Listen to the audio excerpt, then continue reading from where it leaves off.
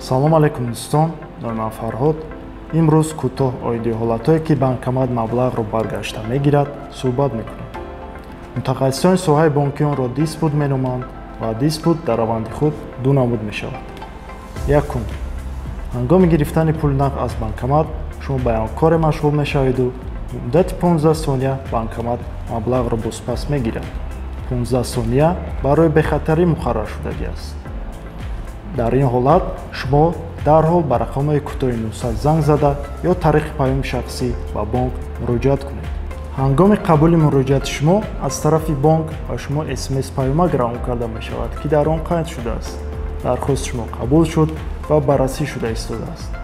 баъдан дархости шумо ба идораи кортҳои пардохтӣ мерасад ки онҳо аз тарафи худ пурра дида баромада баъд аз инкассатсияи банкомат ва муқоисакунии суратҳисоби он маблағи барзиёдро ёфта ба корти шумо бармегардонанд. муҳлати дида баромадани диспут то 10 рӯз аст.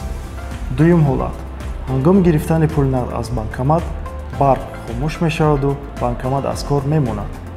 дар ин ҳолат дар назди банкомат интизор нашуда дарҳол ба рақамҳои кӯтоҳи 900 занг зада бонкро хабардор кунед. мутахассисони бонк аз тарафи худ ҳолатро пурра тафтиш карда мебароянд.